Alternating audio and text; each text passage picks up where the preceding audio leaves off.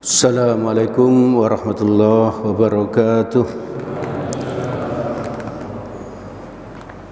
Alhamdulillahirabbil alamin alladzi yuhibbul muhsinin wa yarfa'u darajatil muttaqin.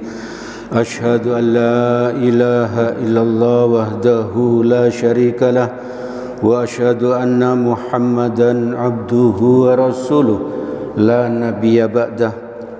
Allahumma salli ala Muhammad wa ala alihi wa ashabihi wa man tabi'ahum bi ihsanin ila yaumiddin.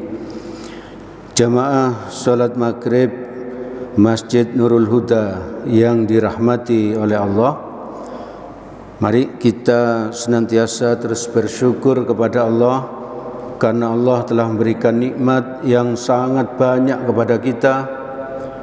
Dua macam nikmat yang menurut Nabi manusia itu sangat sulit atau sering lalai untuk mensyukurinya, yaitu nikmat sehat dan nikmat waktu luang.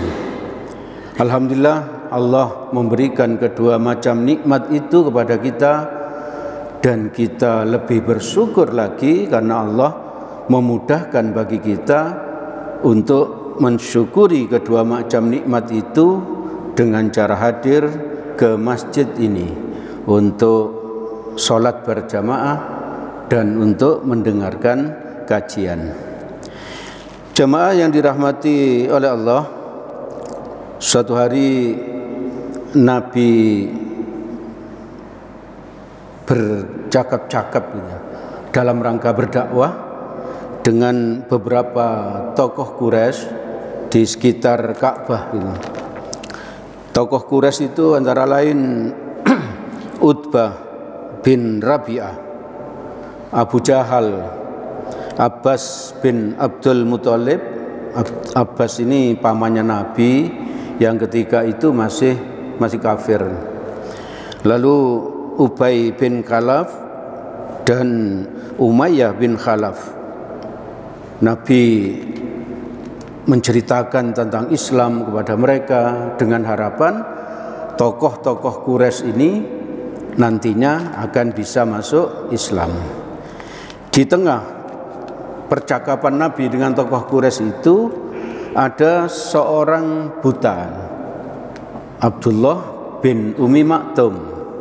Itu menyela karena buta, nggak tahu kalau Nabi sedang bercakap-cakap dengan tokoh Quraisy.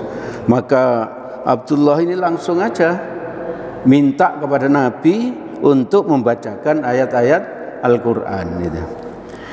Abdullah bin Umi Maktum berkata, "Ya Rasulullah, ajarkanlah kepadaku apa yang Allah ajarkan kepadamu." Rasulullah tidak suka ya dengan caranya Abdullah bin Umi Maktum ini menyela pembicaraan. Dengan bermuka masam, Nabi menghindari Abdullah bin Umi Maktum. Kisah ini menjadi asbabun nuzul turunnya ayat Al-Quran di Quran surat Abasa, ayat yang pertama sampai yang ke-11. Saya baca artinya. Dia Muhammad bermuka masam dan berpaling kepada siapa? Abdullah bin Umi Maktum. Karena telah datang seorang buta kepadanya. Tahukah kamu, barangkali ia ingin membersihkan dirinya dari dosa, atau dia ingin mendapatkan pengajaran, lalu pengajaran itu memberi manfaat kepadanya. Di ayat yang keempat ini menunjukkan kepada kita bahwa menuntut ilmu atau ngaji seperti yang kita lakukan malam ini itu lebih utama dibandingkan mengislamkan 5 tokoh tadi itu. 5 tokoh. Karena apa? Karena tadi itu Nabi ingin mengislamkan 5 tokoh Quraisy, lalu ada Abdullah bin Umi Maktum yang ingin belajar pada Nabi, langsung ditegur oleh Allah karena Nabi bermuka masam. Lalu yang ayat yang kelima, adapun orang yang merasa dirinya serba cukup maka kamu melayaninya. Itu menunjukkan apa? Bahwa kita itu kalau berdakwah tidak boleh memilih status ekonomi dari orang-orang yang ingin kita dakwai. Jadi siapa yang ingin ngaji harus kita layani. Lalu yang ketujuh, ayat yang ketujuh, padahal tidak ada celaan atasmu kalau dia tidak membersihkan dirinya. Jadi Nabi itu tidak akan dicela oleh Allah apabila orang-orang kafir Quraisy tadi itu tidak masuk Islam. Itu artinya apa? Kalau kita itu berdakwah, itu kita hanya bisa menyampaikan. Tidak boleh kita memaksa-maksa. Tidak boleh kita memaksa-maksa. Maka hasilnya kita sampaikan, kita dakwahkan Islam ini kepada siapa saja. Hasilnya itu urusannya Allah. Lalu yang ke ayat 8, dan adapun orang yang datang kepadamu dengan bersegera untuk mendapatkan pengajaran, yaitu Abdullah bin Umi Maktum tadi, bersegera kepada Nabi, ingin ngaji, ingin mendapatkan ilmu, sedang ia takut kepada Allah, maka kamu mengabaikannya. Ini ditegur, Nabi ditegur oleh Allah karena mengabaikan Abdullah bin Umi Maktum. Sekali-kali jangan demikian. Sesungguhnya ajaran-ajaran Allah itu adalah suatu peringatan. Ibu bapak, saudara-saudara yang dirahmati oleh Allah, tadi itu juga bisa kita anggap sebagai keutamaan, salah satu keutamaan orang yang ngaji, menghadiri majelis ilmu, yaitu pahalanya sangat besar, bahkan seolah-olah lebih besar dari pahala mengislamkan 5 tokoh Quraisy ya, 5 tokoh Quraisy ya.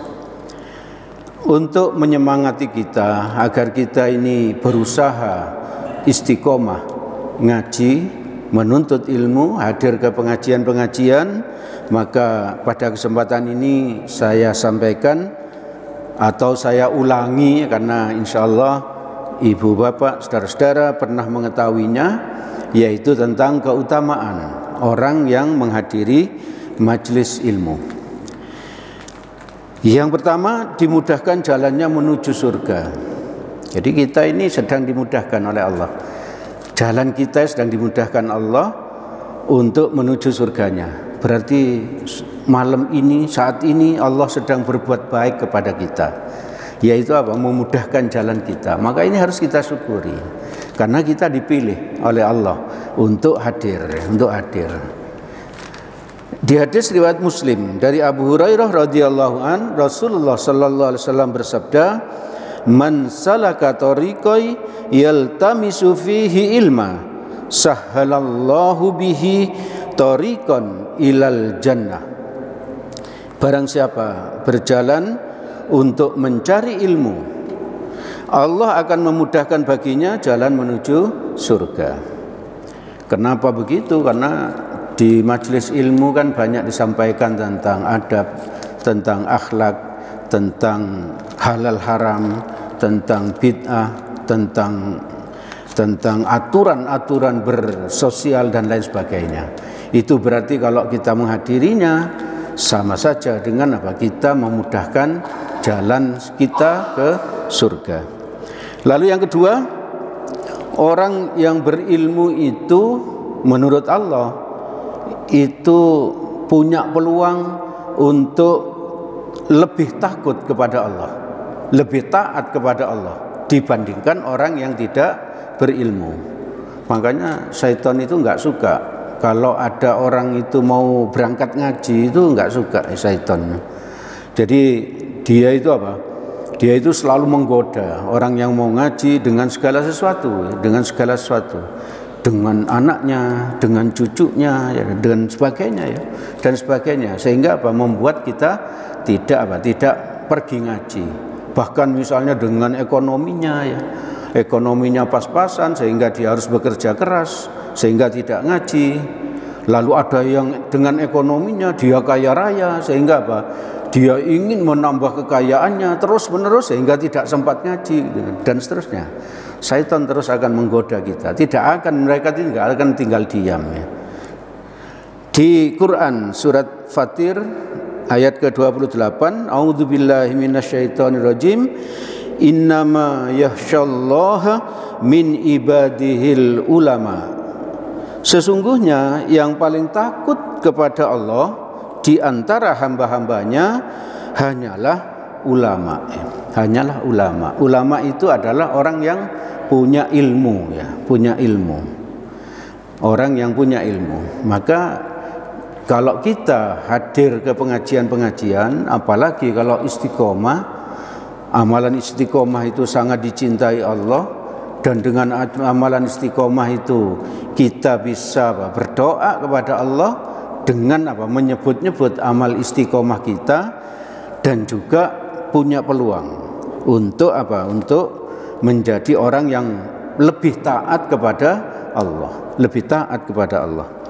Menurut Ibnu Katsir di dalam tafsirnya, bahwa orang yang berilmu itu semakin kenal kepada Allah, bahwa Allah itu maha agung, bahwa Allah itu maha mampu, bahwa Allah itu maha mengetahui, bahwa Allah itu maha adil, bahwa Allah itu maha keras siksanya, dan lain sebagainya. Orang yang berilmu pasti tahu tentang itu, maka dia pasti akan takut untuk melanggar ketentuan-ketentuan Allah. Oleh karena itu, ibu bapak, saudara-saudara yang dirahmati oleh Allah, mari kita berusaha keras ya. Di samping berusaha, kita berdoa kepada Allah agar Allah menolong kita, memudahkan bagi kita, agar kita bisa istiqomah menghadiri pengajian-pengajian. Lalu yang ketiga, pentingnya kita punya ilmu itu, bahwa Allah menyuruh para nabi dan kaum muslimin untuk meminta tambahan ilmu,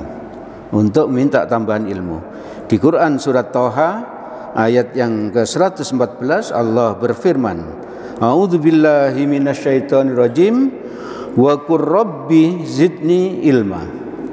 Dan katakanlah, Allah memerintahkan kepada Nabi, Allah memerintahkan kepada para umatnya Nabi, kepada kita, yaitu wahai Tuhanku, tambahkanlah kepadaku ilmu ya.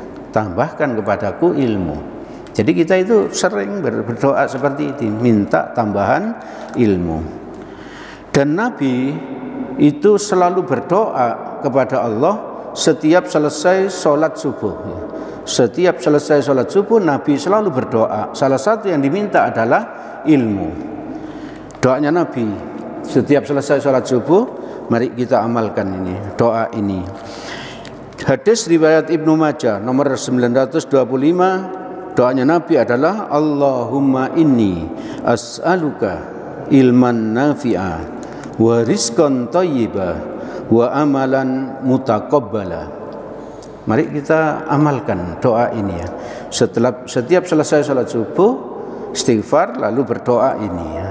Allahumma inni as'aluka ilman nafi'a wa rizqan thayyiba wa amalan mutaqabbala. Artinya, ya Allah, aku memohon kepadamu ilmu yang bermanfaat. Nah, ini nomor satu yang diminta Nabi, ilmu yang bermanfaat. Lalu lanjutan doanya, dan rizki yang thayyibah. Rizki thayyibah itu berarti rizki yang halal dan suci. Rizki halal dan suci berarti sudah kewajiban-kewajibannya sudah dikeluarkan, zakatnya, sedekahnya gitu. Jadi yang diminta Nabi bukan hanya rizki yang halal saja, tapi rizki yang thayyibah, yaitu halal dan suci. Lalu amalan yang diterima. Kenapa kok Nabi minta ilmu pertama? Karena dengan ilmu itu kita bisa Kita bisa bekerja. Dengan ilmu kita bisa bekerja, mencari nafkah yang halal, nafkah yang suci.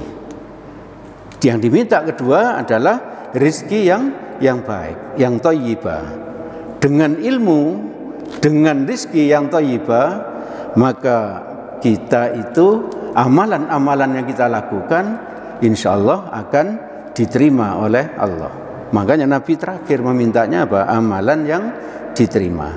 Sebab kalau kita beramal tidak punya ilmunya, itu akan ditolak ya. Itu akan ditolak oleh Allah kalau tidak punya ilmunya. Makanya Nabi minta ilmu yang pertama. Kalau kita itu beribadah tapi yang kita pakai untuk beribadah itu tidak suci, artinya tidak apa? Tidak halal misalnya. Maka itu pun akan ditolak oleh Allah. Oleh karena itu mari ibu bapak, saudara-saudara yang dirahmati oleh Allah, kita perbanyak doa itu setiap selesai salat subuh. Jangan sampai kita lupa ya. Jangan sampai kita lupa. Lalu yang terakhir yang saya sampaikan, keutamaan orang yang ngaji, bahwa Allah menghendaki kebaikan kepada orang yang ngaji. Orang yang ngaji. Di hadis riwayat Bukhari nomor 71, Muslim nomor 1037 dari Muawiyah, Nabi Muhammad sallallahu alaihi wasallam bersabda, "May yuridillahu bihi khairan yufaqihu fid din." Barang siapa yang Allah kehendaki mendapatkan seluruh kebaikan, maka Allah akan memahamkan dia tentang agama. Jadi kalau Allah menginginkan kita ini baik, maka Allah akan mudahkan bagi kita untuk memahami ilmu agama. Ini pun harus kita mintakan kepada Allah untuk diri kita, untuk anak-anak kita. Anak kita doakan, ya Allah, semoga mereka Engkau pahamkan, Engkau mudahkan di dalam memahami ilmu agama. Sebab dengan memahami ilmu agama itu berarti Allah menghendaki kebaikan, menghendaki kebaikan. Ibu bapak, saudara-saudara yang dirahmati oleh Allah, barangkali itu yang bisa kami sampaikan pada kesempatan malam ini. Sebelum diakhiri, diingatkan bahwa di masjid ini mulai tahun ini insya Allah diadakan tabungan kurban. Monggo Bapak Ibu yang ingin mendaftar untuk kurban tahun depan, bisa mulai mendaftar. Bisa dengan menabung setiap bulan atau setiap minggu, atau bisa saja hanya sekedar mencatatkan nama misalnya. Namanya dicatatkan sehingga Allah sudah mencatat kita sebagai orang yang akan berkorban, ya, orang yang akan berkorban tahun depan. Dan apabila ternyata sebelum kurban tahun depan ditakdirkan Allah kita dicabut nyawa misalnya, berarti kita sudah tercatat sebagai orang yang berkorban, insya Allah. Ya.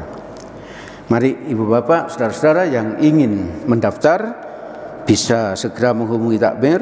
Insya Allah sampai malam ini sudah ada 3 orang yang mendaftar. Ya. Sudah ada 3 orang, alhamdulillah. Berarti sapi pertama sudah terkumpul 3 orang, ya, 3 orang. Alhamdulillah, semoga menyusul dengan yang lain. Mari kita berdoa untuk menutup majelis ini. Subhanakallahumma wa bihamdik, asyhadu an la ilaha illa anta, astaghfiruka wa atubu ilaik. Assalamualaikum warahmatullahi wabarakatuh.